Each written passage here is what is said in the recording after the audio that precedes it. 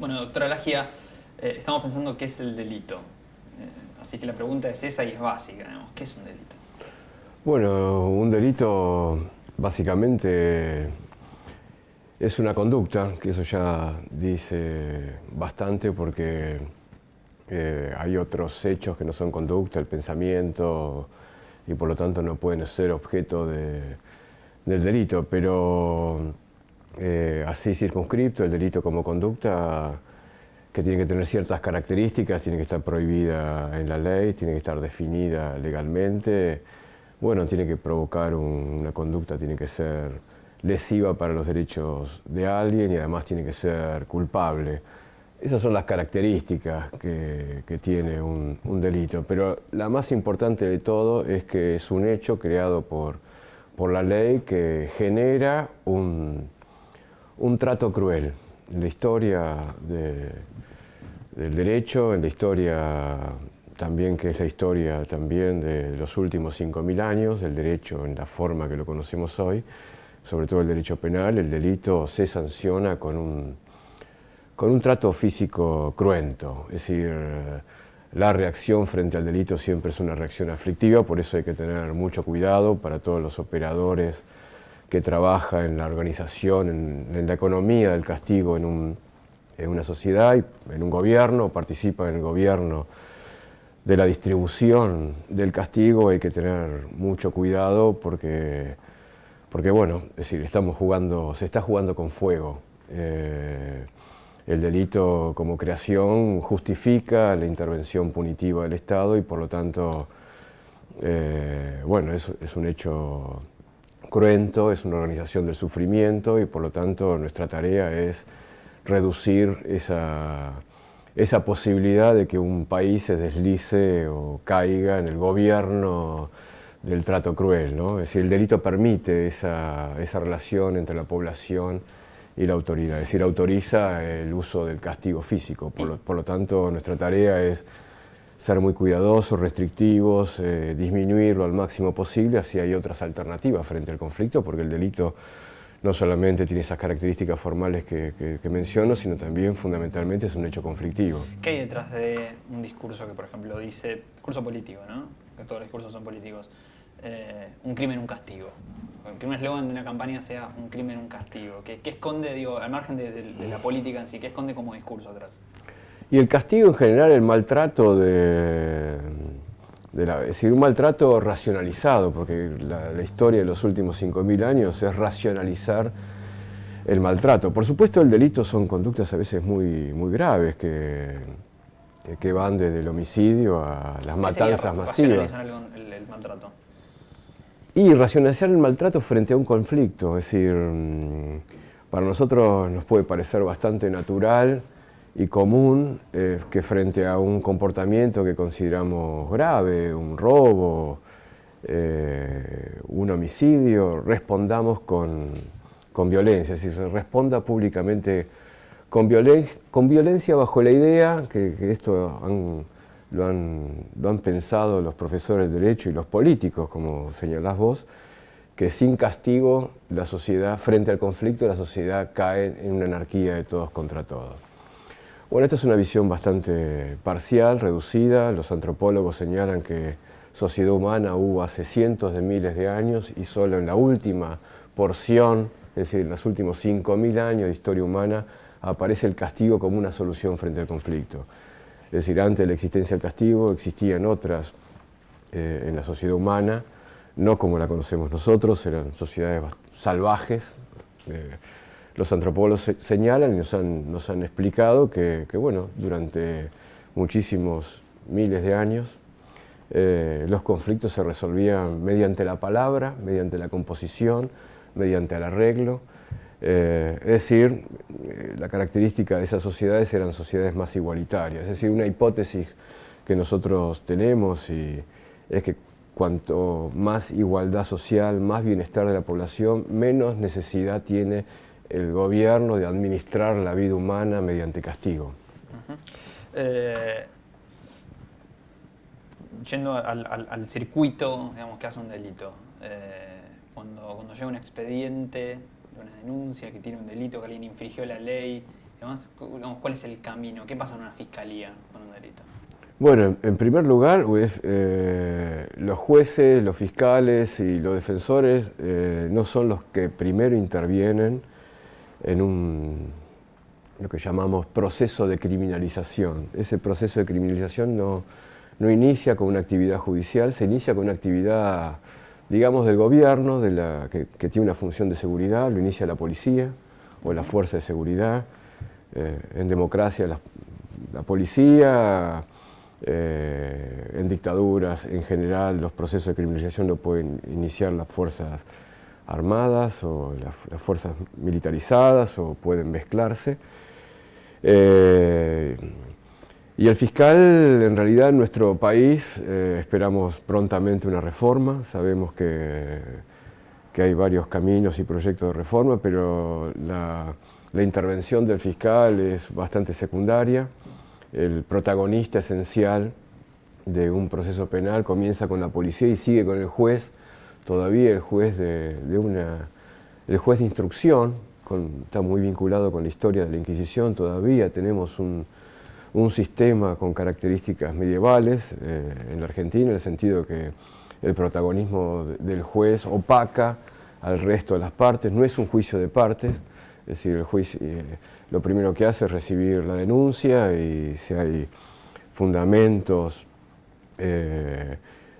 elementos de prueba, testimonios, pericias, produce lo que se llama declaración indagatoria, es decir, hay una primera vinculación de un sospechoso al caso, luego inmediatamente, si esa prueba se consolida, se lo procesa a un expediente penal.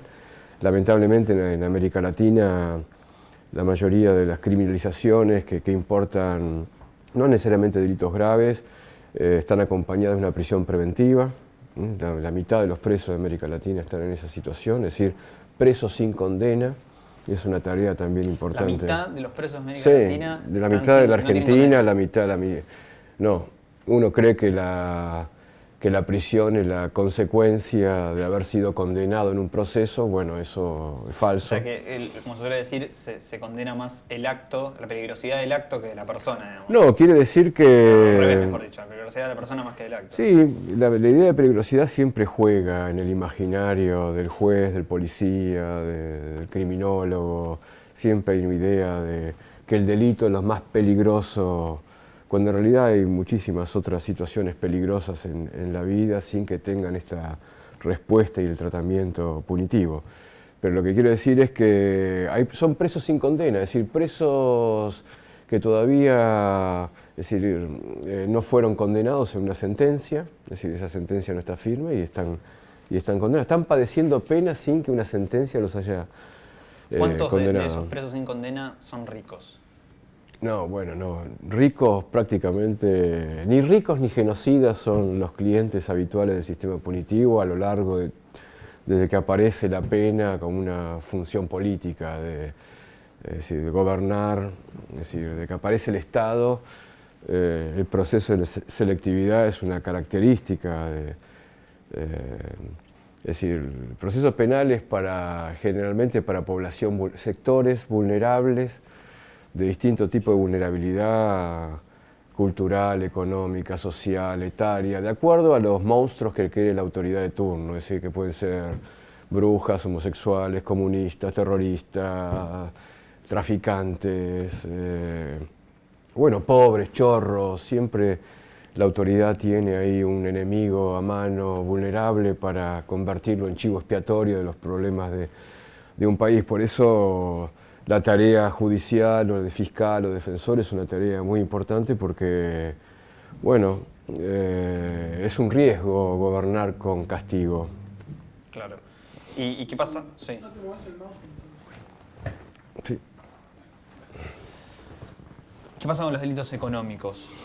Bueno, son una excepción. Bueno, delitos económicos, el hurto es un delito económico, el robo claro. Es un delito económico. Digamos que afecta la propiedad personal o los bienes personales bueno, de un individuo. Ahí entran los de cuello blanco también. No, los de cuello blanco son delitos más sofisticados, son más complejos. Los sistemas, por eso también hay que hacer reformas y encaminar la orientación y la formación del abogado en el sentido de que los únicos delitos no son ni el robo, ni el hurto, ni los peores enemigos de una sociedad es el chorro o el traficante de estupefacientes. Los peores delitos son las grandes defraudaciones económicas promovidas bueno, por el sistema bancario nacional, internacional, desde el punto de vista económico, desde el punto de vista de agresiones físicas a la población, el genocidio. Pero para que te des una idea, el genocidio solo a partir de 1948 fue un delito y un delito internacional, es decir, las grandes matanzas humanos solamente fueron incorporadas a la legislación internacional y por lo tanto a la legislación de un país hace 50 años y siempre fueron, desde el punto de vista de la conciencia universal, los delitos más graves de la historia.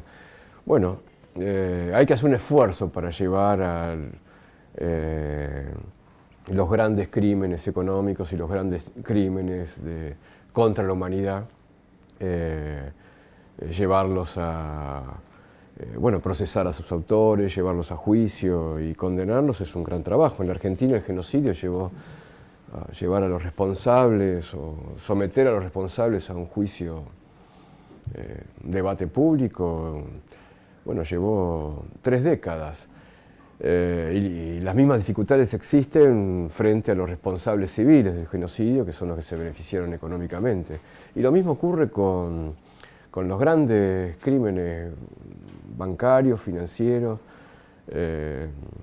Bueno, eso es un gran problema. El derecho penal y las agencias públicas vinculadas con la persecución del crimen están orientadas al típico delincuente o figura de enemiga muy estereotipada, más bien vinculada con el chorro, con el traficante, una imagen, un estereotipo negativo sobre el que se construye el imaginario de amenaza que pone en peligro a la sociedad. Y los recursos están orientados hacia ese sector de la población. Bueno, nuestra tarea también es reorientar hacia los grandes, digamos, comportamientos privados o públicos que producen enormes prejuicios, graves prejuicios económicos y graves prejuicios desde el punto de vista de los derechos fundamentales de la población. Para explicarle a alguien que por ahí lo tocó de oído o lo escuchó nombrar así al pasar, ¿qué es el Código Penal? Digo, si es que se puede explicar en criollo, ¿qué alcance tiene? Hoy cada vez es menos importante. El Código Penal es el libro sagrado de la política de gobierno a través del castigo. Ahí están ya cada vez menos, por eso cada vez menos es importante, porque hay más leyes penales por fuera del Código Penal que los comportamientos que están previstos en el Código Penal como clases de acción o como tipos de acción sujetos a castigo. ¿Y ahí qué hay que hacer? ¿Profundizar como se está haciendo en la reforma del Código Penal o por el contrario dejarlo de lado y...? No, hay que, bueno... sistematizarlo de vuelta. Bueno, eso que señalas vos es cierto, hay que sistematizar y reducir la cantidad de comportamientos en un trabajo sistematizado, en un cuerpo de leyes que no esté disperso, fragmentado en cientos de normas penales. Hoy ni un penalista ni el catedrático más encumbrado tiene capacidad de conocer la cantidad de normas penales que se han dictado en los últimos 50 años. Y eso está muy relacionado con, por ejemplo, la cantidad de delitos que hay que uno no tiene idea. Está más relacionado... Uno termina cometiendo mucho más delitos al no terminar el día de los que no cree, tiene nada que ver con los delitos que se cometen, tiene que ver con la incompetencia de la política durante... Claro. O la confianza que tiene la política en resolver los problemas de la población a través de leyes penales. Es decir, cuando se dicta una norma penal es el la señal de que la política ha fracasado en materia de ir al fondo de los problemas. Y saliendo del Código Penal y hablando de esto, de la cantidad de delitos, digo, ¿cuántos delitos hay tipificados? Es cierto que existen... 300, en el Código Penal son 300. Delitos.